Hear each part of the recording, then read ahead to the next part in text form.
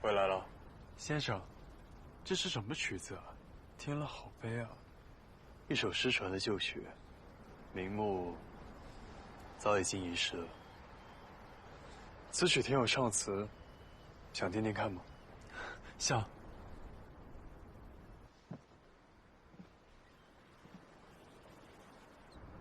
风雨会醒，凄泪淡淡，心念一人，悄然记起，青色明晰，其声悠悠。剑飞偶见，一人不知。剑飞偶见，伊人不知。先生，这曲子可真好听，你能教教我吗？今日在流水轩，可还顺利啊？很顺利，没有人看出来秦氏换了个人。那就好。再加上有先生的法术加持，不是寻常的食客，自然是看不出来的。哦，对了，今日那人果然来了，他坐在角落，还以为我没有注意到，而且取散人立即就走了。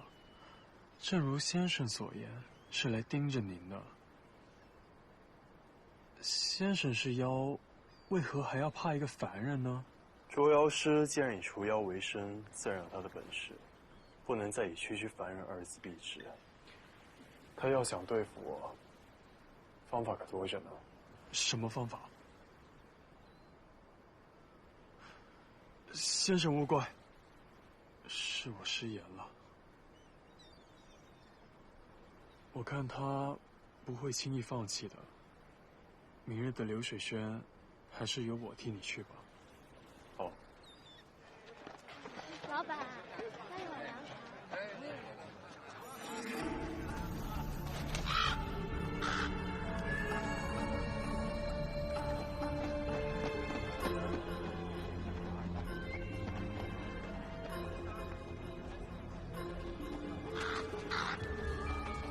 崔嫂子。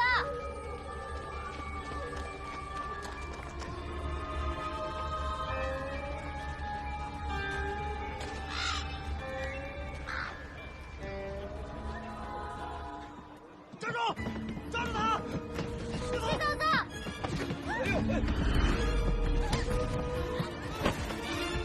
崔嫂子，别松手！这个，是去抓住老子的。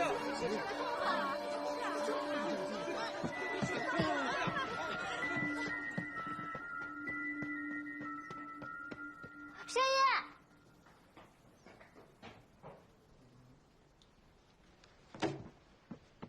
山野，我成功了。什么成功了？就是我把崔嫂嫂，就是崔嫂嫂的。你慢慢说。总而言之，就是事情不像你说的那么绝对。你上次跟我说的，不全是对的。你记不记得我能看见白乌鸦？刚刚因为我能看见白乌鸦，所以我救了崔嫂嫂。就是我们走在一个桥上，然后崔嫂嫂就走在那个桥边，然后就来了一个小偷，把她就那样子。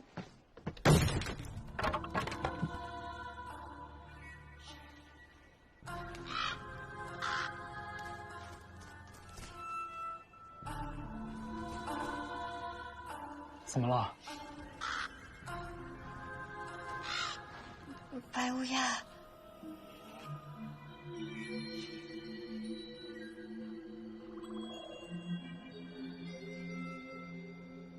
这鸟，不是，这乌鸦为什么会在我肩上？这就是白乌鸦的诅咒。诅咒。温大哥那次是有9命出手相助，可是现在9命已经死了。我会保护你的。半夏，此事并非是儿戏。从现在开始，你必须时时刻刻在我身边，直到我找到办法救你，明白吗？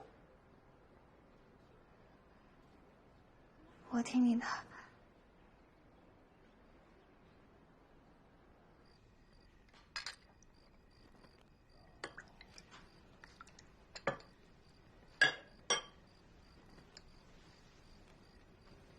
怎么了？这白乌鸦压在我肩上很重，喘不过气来。白乌鸦是零食，没有重量的。这就是很重。啊，好，很重。你快喝点汤吧。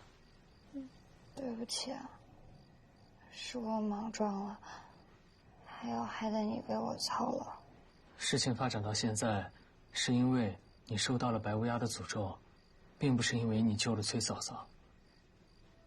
半夏，你要记得，无论什么时候，想要救人都不是错的。可能过程中会经历一些磨难，但最终的结果都是好的。事情到了现在，我还有解决的办法吗？这世间，万事万物都是有关联的，诅咒也是一样。但只要斩断了你和白乌鸦之间的关联，或许就能破解了。我跟白乌鸦之间的关联，白乌鸦是赤王川给你的。如果你不认识赤王川呢？又或者，赤王川没有收白乌鸦为半生妖，是不是这一切都不会发生呢？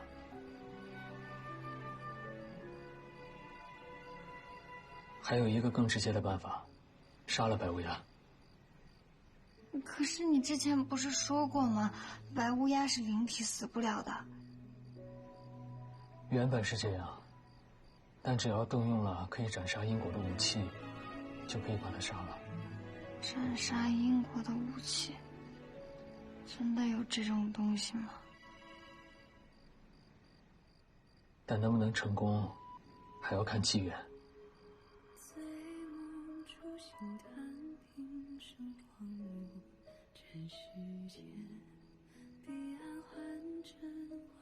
别想那么多了，现在时候也不早了，快睡吧。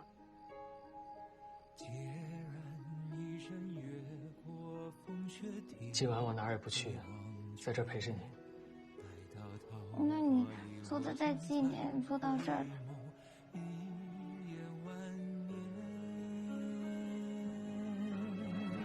若是无有念，怎会留下星辉照亮人间？身体星辰，剑光凛冽，在破晓之前。愿你无有念，共度山海。若是只能忘却，背负一切无缘，重逢在永恒。你那天是故意跟我说的气话，对不对？那我就当成是气话了。不管你是因为什么说出那样的话，我都原谅你。对不起。身披星辰，剑光凛冽，在破晓之前。愿你无有念，共度山海。若是只能忘却，背负一切若如愿，重逢在永恒世界。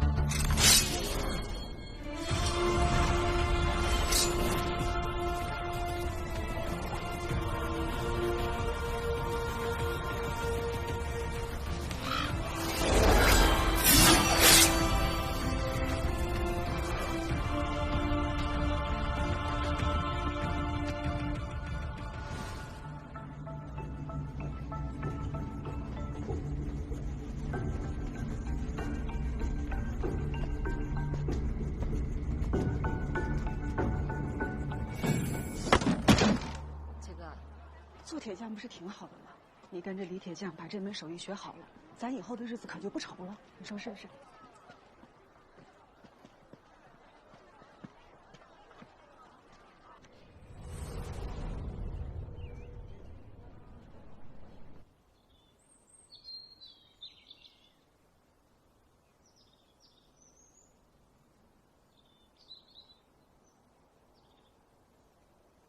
小姐，我刚才听到一件事关于九大夫的。是吗？有人在给他说亲呢。嗯？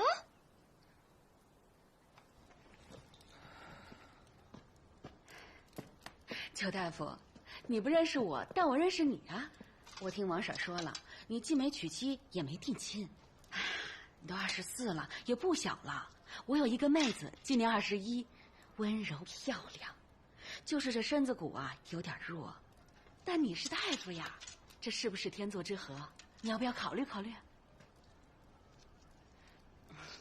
你可能不太了解我，我夫家姓崔，是一个铁匠，家境殷实。哎，我那个妹子呀，干活手脚特别麻利，绝对能配得上你。之前你给我婆婆看过病，我们全家人都挺了解你的。至于外面的那些传言，说什么你一家5口都被人杀了，这个我们是不相信的。哎，你说你仪表堂堂，不成亲，怪浪费的。哎，你要是愿意的话，今天晌午我就可以把人给你带过来。万一你们要是看对上眼了，我就可以马上找人操办起来，到时候你就有媳妇儿了。喂，他要娶也是娶我，轮不到你妹子。你谁呀？你谁啊？我是九大夫的病人呀。我是九大夫的心上人啊。心上人？你这小姑娘年纪轻轻的，一张嘴就是心上人，你不嫌羞啊？你是昨天晚上做梦还没醒是吧？你才没醒，你自己问他。九大夫，假的吧？是真的。李哲说你没定亲呀？这不快了吗？怪我没弄清楚。姑娘，给你赔个不是。来，你的药。谢谢。对了，回去照着这个方子煎煮。好。我平时也不这样。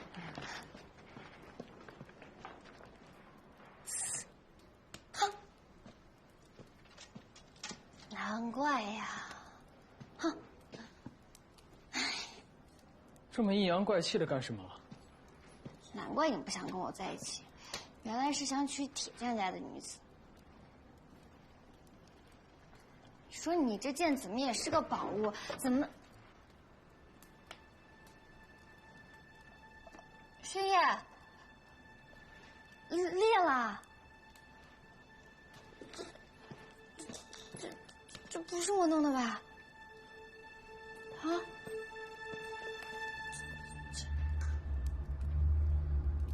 轩夜，你用长乐剑了。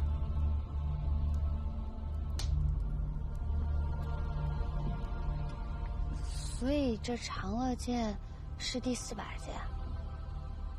藏龙匣内一共有5把剑，你之前只见过螳螂、撼山，还有离火。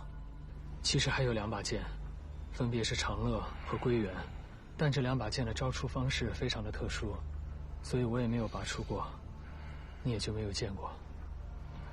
刚刚你触碰到了藏龙匣，它的外壳便出现了一道刻痕。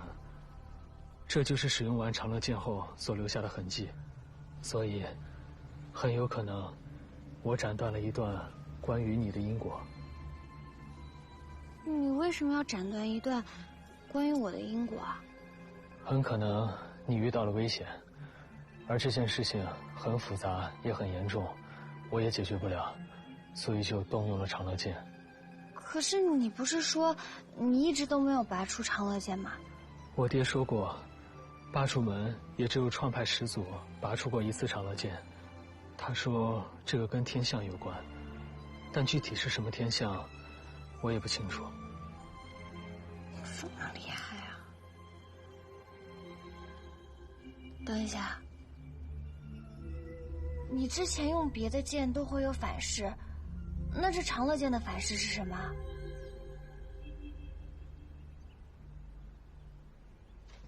你快起来，我看看。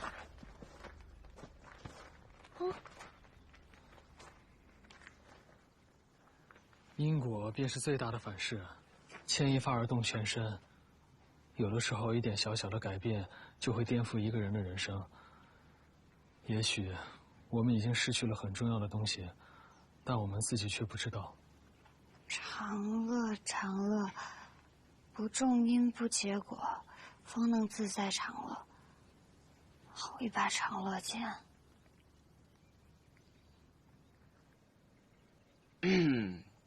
你们俩这是和好了吗？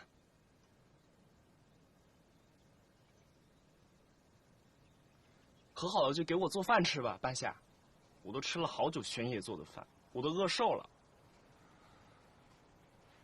谁跟他和好了？你继续饿着。啊？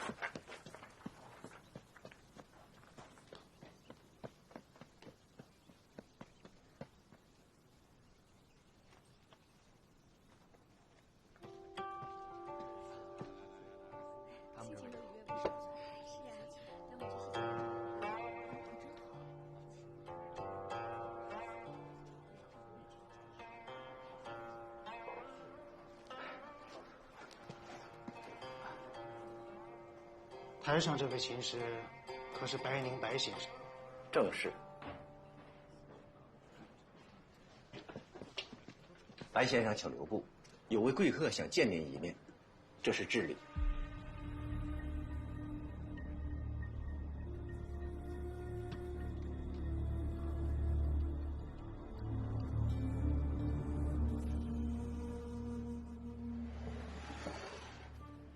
请。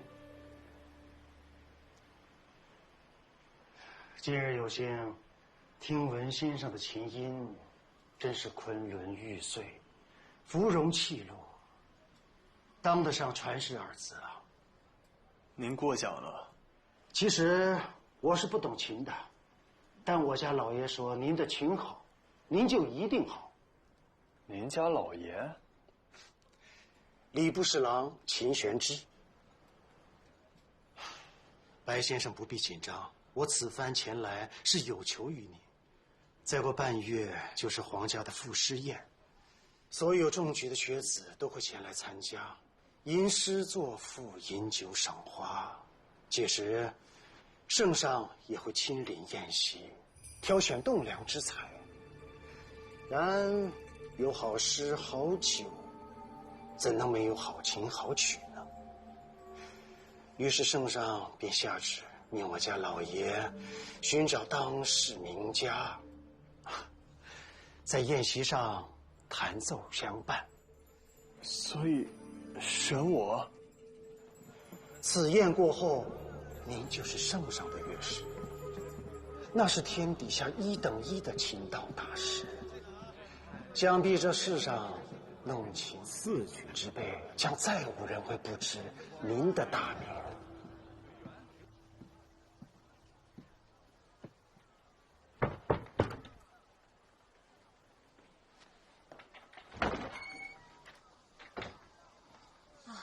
伯母，玄烨，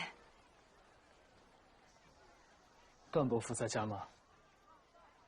伯父，我反悔了，半夏还是要和我在一起。你答应过我的。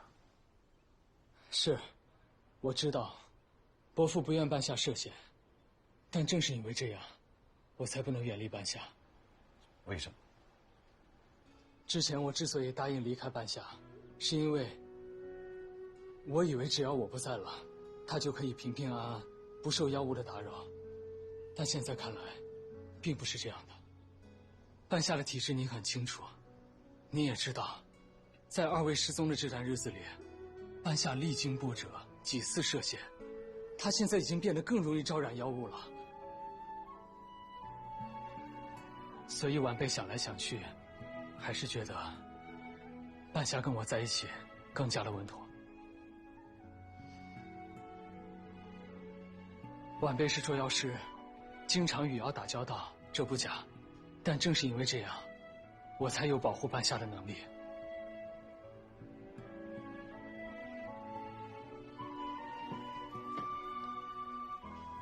你是我恩人，不必跪我。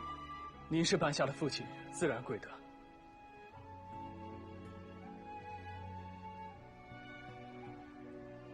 晚辈愿以性命保证，只要我一息尚存，便不会让半夏受半点伤害。我会拼尽全力护他一世。希望伯父同意我和半夏在一起。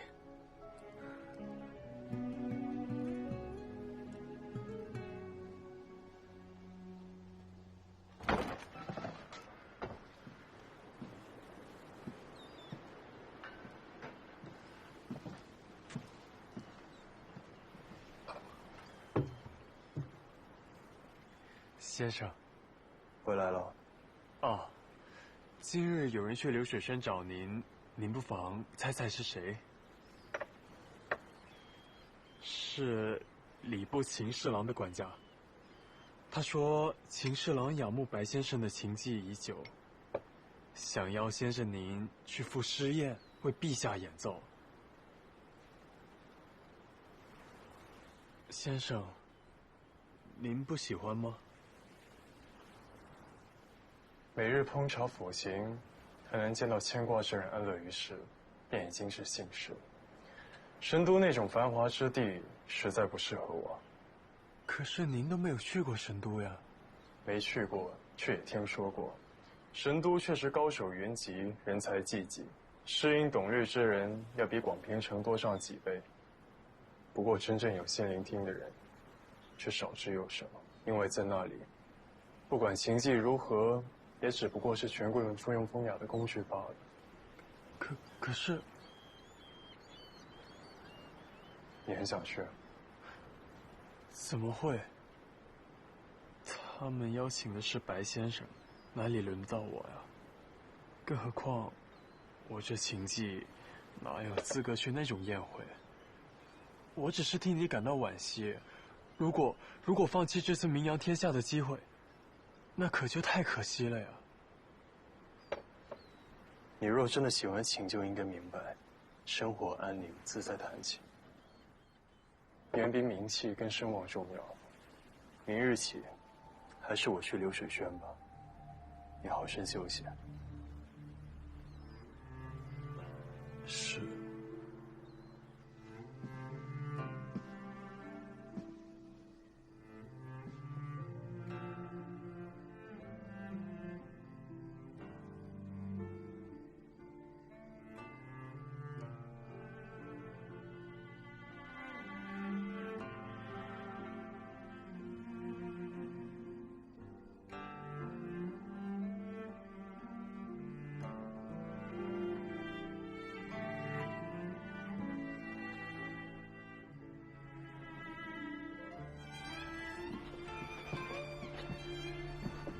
先生，有什么想吃的或想要的，可以先告诉我，我回来的时候烧给你。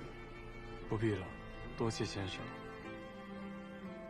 我仔细想过了，觉得先生言之有理，是我心中杂念过多，现在应该潜心修习琴艺才是。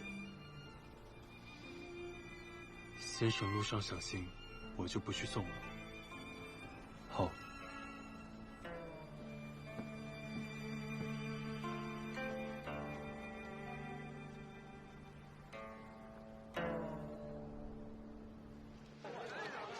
我都2天没吃饭了，一点也没精神，只能吃点梨子了。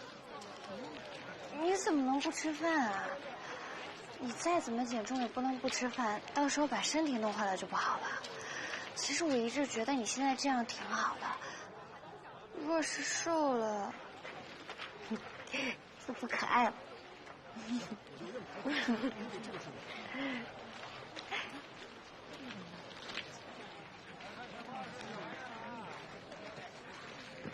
半夏，那音乐树很有名的，走，我们去看看。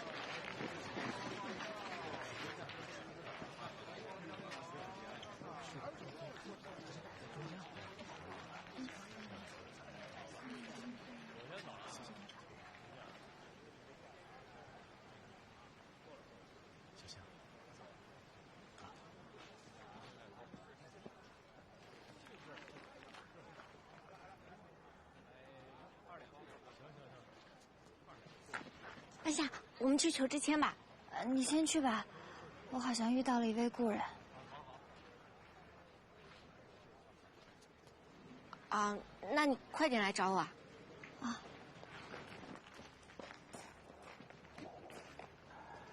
见过居士，我们又见面了。你求卦吗？您怎么还在这儿啊？哈，画中出来之后，我就回了菩提山。山还是山，道观没了，也没看见师傅。据说60年前山洪爆发，把一切淹没。那您可如何是好？画中的光阴不能弥补，出来之后，亲人和朋友也都不在了。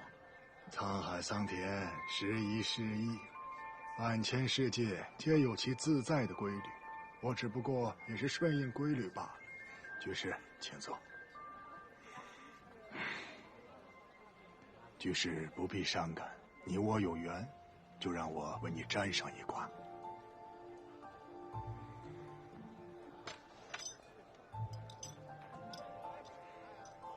心有所愿，默念3遍。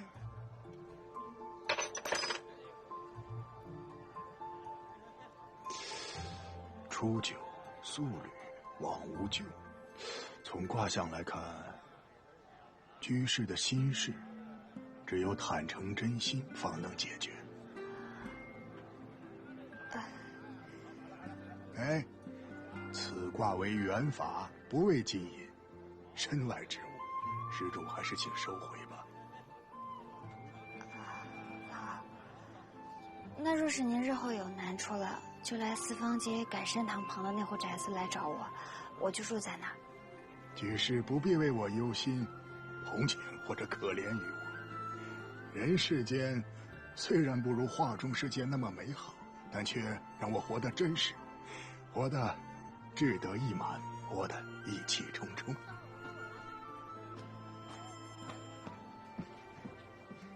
道长，您帮我解个签吧。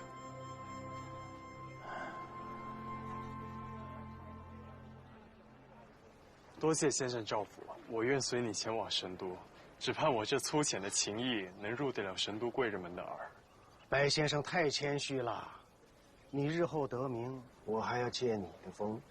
海放先生，吃水莫忘挖井人呐。那是自然。假如白宁真有此日，定当报答先生的知遇之恩。既然谈妥了，那3日后老夫便动身返京，到时我就在城门楼下恭候白先生到来，可好？3日？怎么？白先生是否有家眷需要安顿？若是这样，我也可延迟几日，迁就一下先生。不必，就3日。哎，你怎么走路的？眼瞎呀？抱歉，抱歉。抱歉就完了？这中路这么大，偏偏撞小爷身上了。实在抱歉。说吧，哎，怎么赔偿小爷啊？方才明明是你自己走路不带眼睛，怎么现在怪起别人来了？这不是欺负人吗？多管闲事。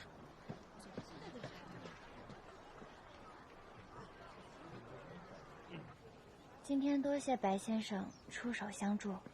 何须多礼，是你们助我在先。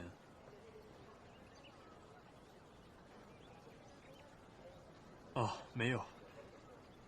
今天没想到还能在这里遇到你们啊，人生的缘分还是很奇妙的。是啊，还真是世事无常。所以啊，人在疑惑的时候就得问卜算卦，可解迷津。你呀，就是今天听到了自己想听的卦辞。求人不如求己，人生在世，总得知道自己想要什么吧。这话没错，但是我们要学会知足常乐。今天我的那位故人还跟我说，只要有坦诚和真心，就没有解决不了的难题。你说的对，没有真心才是最可怕的。人生苦短，不负此生，不负韶华。好了，我是时候要回去了，告辞了。有缘再见。啊，空了我们去流水轩听曲啊。那恭候你们光临。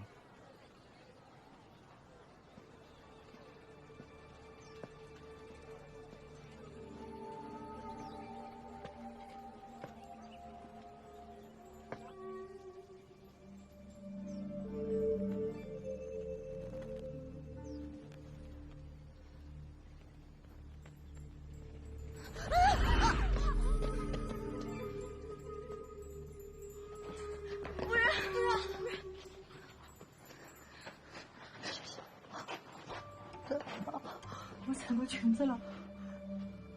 菩萨，是菩萨显灵了。夫人有孕在身，身子重，不宜跋涉。其实夫人只要用心祈愿，即便不亲自过来，神明也是能听见的。夫人安心养胎，自然会平安生产。多谢公子。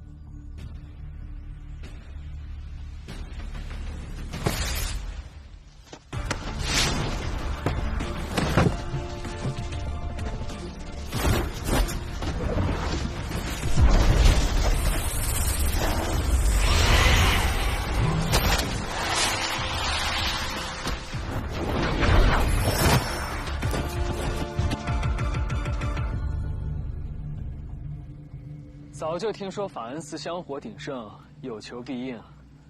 原来是先生在这儿替神明还愿呢。我本名赤练，受菩萨庇佑，方有缘得缘临开神智。化形之后，自然是留在此处供奉神明，还愿报恩。区区妖孽，也配替神明行法？凡人有心，亦能积德行善。在下不才，可自问能力在凡人之上。我有心向善，济世救人，有何不可？是，如果是真心想要帮助百姓，积善为德，那妖自然也可以替天行道。可如果是双手沾满鲜血的人呢？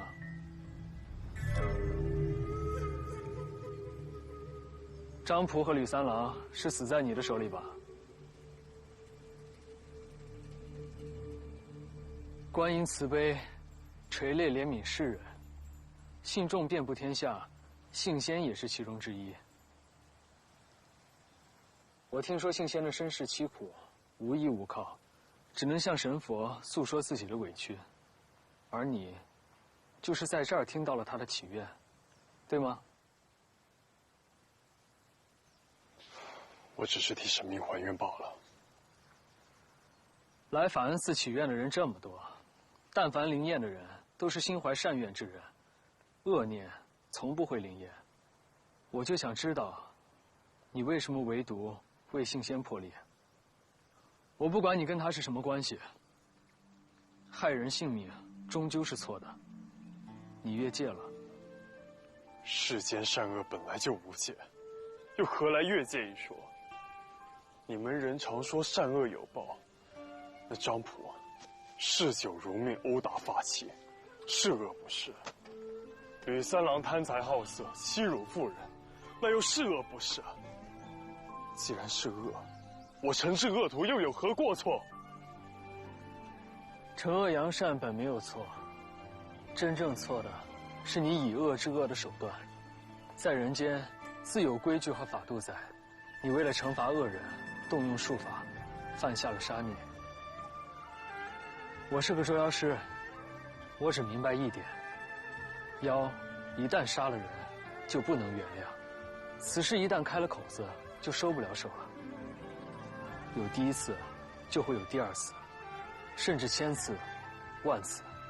今日你为信仙破例杀人，那明日呢？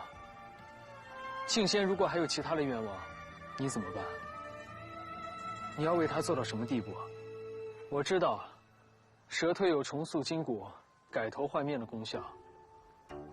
你一直以来藏在家里的那个替身，就是杏仙吧？他本无过错，你休想碰他。看在你多次行善救人的份上，我不会动他，也不动你。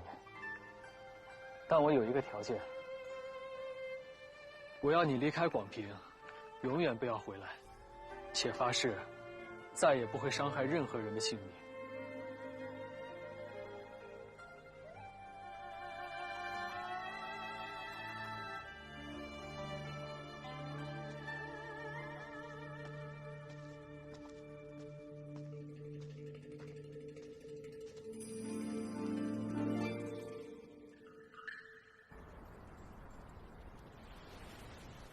再过几日，我就要离开广平了。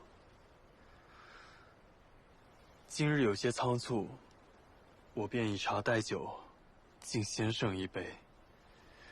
感谢您救了我的命，给了我一个新的人生。若是没有你，只怕我现在还被张布关在屋子里，日日殴打，更没有现在的好日子，也见不到如此广阔的天地。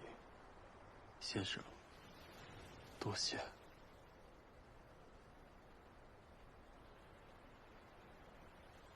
你是想去神都吗？神都是都城，虽然繁华，却也奢靡。吃穿用度、柴米油盐，样样都不便宜。我听说，就连纸都比别处更贵一些。我之前想去，是因为顾老先生说要将您举荐给陛下。我觉得这是一个千载难逢的好机会，但如今细细想来，实在没这个必要了。先生，生性纯善，品格高洁，是如神仙一般的人物，实在不该沾染这浑浊世间里的功名利禄。正好，我也想去江南走走，你我或许可以结伴同行。你不是不想离开广平吗？此一时，非彼一时。如今我与广平城缘分已尽，也是时候要离开了。可是我知道你心中的忧虑，但我绝非因你之故而离开广平，而是另有缘由。另有缘由？我想好了。与其困在这一隅之地坐井观天，倒不如遍行天下，长长见识。我刚好知道江南有几个琴棋大师，你我或许可以去拜访一番。若是在江南待腻了，我们就去青州，见见那三月飞花；或者去塞外，见识一下那大漠孤烟。总而言之，走出这里，过完全不一样的生活。让更多的人听见我们的琴声，不也很好吗？你觉得呢？哦，我都听你的。好，那我们准备一下，2日后便启程吧。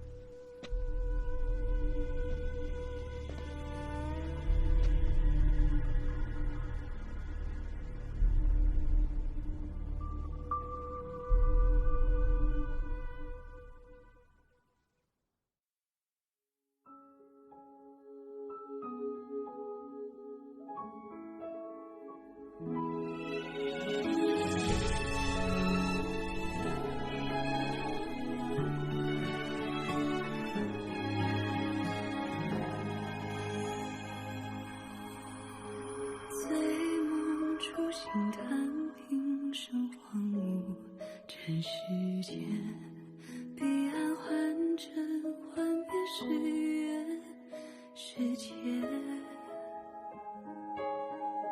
孑然一身越过风雪地一忘却，待到桃花已落尽再回眸，一眼万年。若是我永年，怎会留下星辉照亮人间？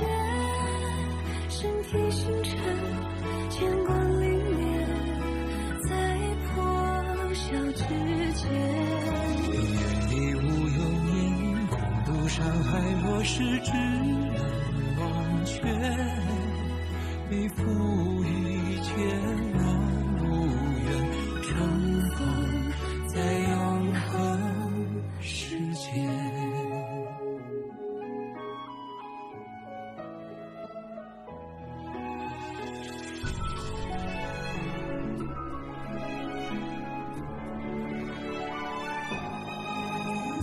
孑然一身越过风雪地一忘却，待到桃花已落尽再回眸，一眼万年。若是我永年，怎会留下星辉照亮人间？身体星辰，剑光凛冽，在破晓之前。眼里无有念，共度山海，若是只能忘却，背负一切